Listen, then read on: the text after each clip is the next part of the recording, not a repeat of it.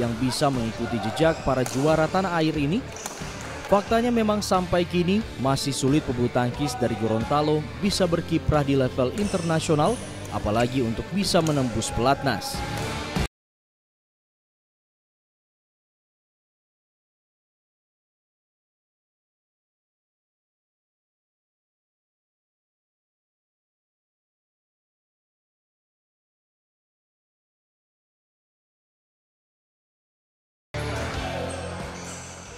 Kenapa kita belum banyak berbicara di tingkat nasional?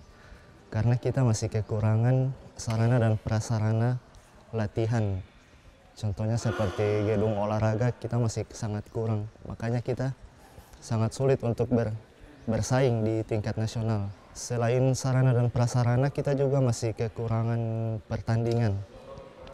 Jadi minimnya atlet untuk bertanding juga mempengaruhi persaingan kita di tingkat nasional maupun di tingkat internasional. Sebagai pemerhati bulu tangkis atau atlet bulu tangkis Gorontalo, jadi kami merasa gelisah sampai dengan saat ini memang belum ada perwakilan dari Gorontalo yang berbicara banyak di tingkat nasional. Jadi ini menjadi cambuk ke depannya mungkin dari PBSI Provinsi Gorontalo untuk lebih memasyarakatkan atau lebih mensosialisasikan lagi khususnya bulu tangkis sehingga mengundang banyak peminat khususnya di usia dini. Di mana untuk kita itu sering pemain kita itu tidak bisa menyamakan diri ataupun tidak bisa untuk sama-sama tekniknya dengan pemain-pemain lain itu. Yang jelas kegelisahan kita pertama itu dari sisi teknik permainannya. Karena kita masih agak lebih jauh di Provinsi Gorontalo itu dibandingkan dengan provinsi-provinsi lain. Itu kegelisahan dari sisi penganggarannya mungkin kita bisa menyiapkan untuk para atlet-atlet nantinya untuk bisa berkancah di baik di daerah maupun di nasional nantinya. Dari pembinaan usia-usia dini, terutama dari bibit-bibitnya usia dini, mungkin karena kita di sini latihan intens itu sekitar kurang lebih masih 4-5 tahun. Itu latihan pagi sore. Karena proses untuk masuk pelatnas itu nggak gampang dan nggak mudah. Prosesnya agak panjang, mungkin pembibitan sudah dimulai, tapi mungkin tinggal tunggu prosesnya aja. Kita sedang menjalani prosesnya aja. Jadi prosesnya nggak sebentar, pasti panjang. Untuk menjadikan satu pemain, apalagi untuk seleksi pelatnas itu kan ketat. Satu Indonesia nggak mungkin, kadang diambil di bawah 10 orang atau bahkan cuma 5 orang. Jadi prosesnya agak panjang sedikit. Jadi kegelisahan saya jangan sampai pembibitan dari usia dini ini putus atau berhenti di tengah jalan. Usahakan konsisten sampai akhirnya ada yang salah satu menembus sampai di pelatnas. Kurangnya satu mungkin pengalaman jam terbang pertandingan karena minim pertandingan di Indonesia Timur. Kedua mungkin biaya. Kalau kita mau ke Jawa dari Gorontalo biaya agak mahal dan mungkin ya itu kembali lagi ke prosesnya, mungkin masih minim prosesnya dari mungkin kurang lebih 4-5 tahun. Jadi tinggal tunggu prosesnya aja mungkin 8 tahun ke depan atau 10 tahun ke depan. Masukan saya ya tetap konsisten, pembibitan dari usia dini tetap diambil sampai mungkin remaja atau masuk U19. Nama-nama pemain kami tunggu di meja pertandingan. Jangan sampai putus.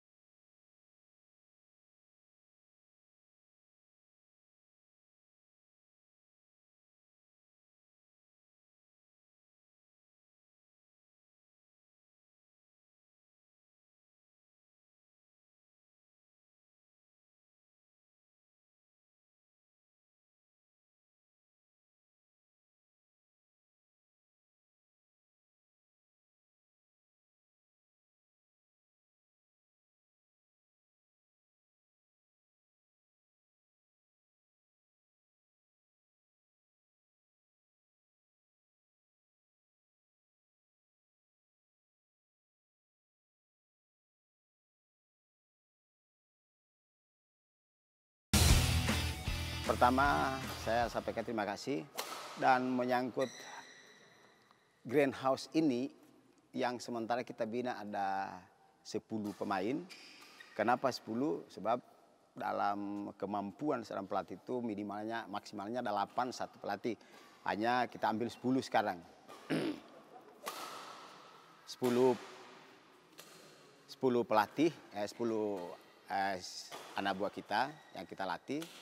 Dan memang kalau bicara latihan pra usia dini, pemula, sedangkan saya sudah klasifikasi pada manajer saya Pak Haji ini, sebagai orang tuanya juga, ini atletnya 2 orang, anaknya 2 orang. Maksimal umur atau minimal umur, maksimal umur yang kita ambil adalah umur 6 tahun. Dan kalau dia bicara di kelas itu paling tinggi dia kelas 3. Itu yang kita ambil. Jadi mungkin Bapak sudah lihat tadi yang ada yang satu itu baru masuk kelas 1, dia umur 6 tahun, itu Vanda, itu baru sekitar 10 kali latihan dengan tadi ini. 10 kali latihan, alhamdulillah dia anak sudah mulai bisa memukul bola gitu. Jadi kalau ditanya kesulitan, memang yang paling sulit adalah melatih yang pra usia dini atau yang jangankan dulu memukul, baru belajar pegang raket saja itu sudah sulit. Sebab pondasinya di bulu tangkis itu ada 2. Pegang raket atau grip dengan footwork atau gerakan kaki. Kalau gerakan kaki sama pegang raket ini salah dari awal, sulit anak itu bisa berkembang di kapan dia sudah mulai tahu bermain. Jadi pondasinya itu ada 2. Pegang raket sama melangkah. Jadi faktor kesulitan yang paling tertinggi datang dan paling saya suka. Kenapa saya suka? Karena melatih anak-anak itu kita harus sabar, tekun, itu. Tapi dia punya sendi tersendiri. Kalau di sini saya salut di sini ya. Sebenarnya saya latih dari Platcot dulu, udah berhenti lagi, kemudian diminta bantuan saya untuk melatih di sini. Itu alhamdulillah orang tuanya memang antusiasnya sangat bagus. Dan yang manajer saya ini ada 2 atletnya ini, yang Mutia sama Mas Kuru. Kalau Mutia sama Mas Kuru, Mutia ini sudah pernah kejuaraan Manado, baru dia ada juara 2, kemudian di Bolmong juara 3, di kejuaraan Gorontalo Open juara 2 dan juara 3 pernah dia. Jadi dia sangat berprestasi. Dan manajernya sekaligus orang tuanya. Kenapa saya ambil? Supaya punya gairah anak-anak melatih, kemudian orang tuanya juga punya gairah melatih. Dan saya paling senang menghadapi anak-anak sama orang tua yang punya. Saya sudah bilang sama anak-anak, orang tuamu kasih di belakang, jangan di depan. Kalau anda di belakang, orang tua depan tidak akan sukses. Tapi kalau anda di depan, orang tua di belakang, pas karena orang tua itu hanya apa yang anda butuhkan.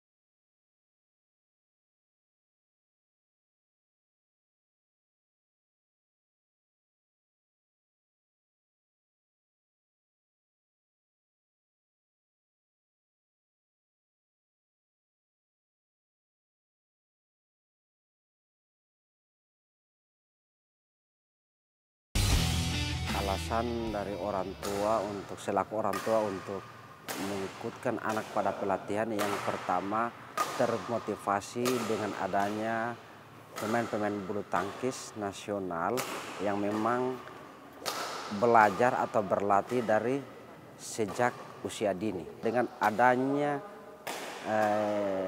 teknologi khususnya HP, sehingga kami dari orang tua berusaha untuk memalingkan anak dari permainan game online, maka kami akan alihkan pada game yang secara offline, yakni dari bulu tangkis. Dan insya Allah dengan itu anak-anak bisa akan terpalingkan dari bulu tangkis, dari permainan game itu sendiri. Dan khususnya untuk bulu tangkis juga akan memberikan pengaruh sangat besar sekali terhadap fisik dan juga pemikiran-pemikiran mereka. Mungkin seperti itu motivasi dasar kami mengapa anak-anak diikutkan di dalam pelatihan bulu tangkis.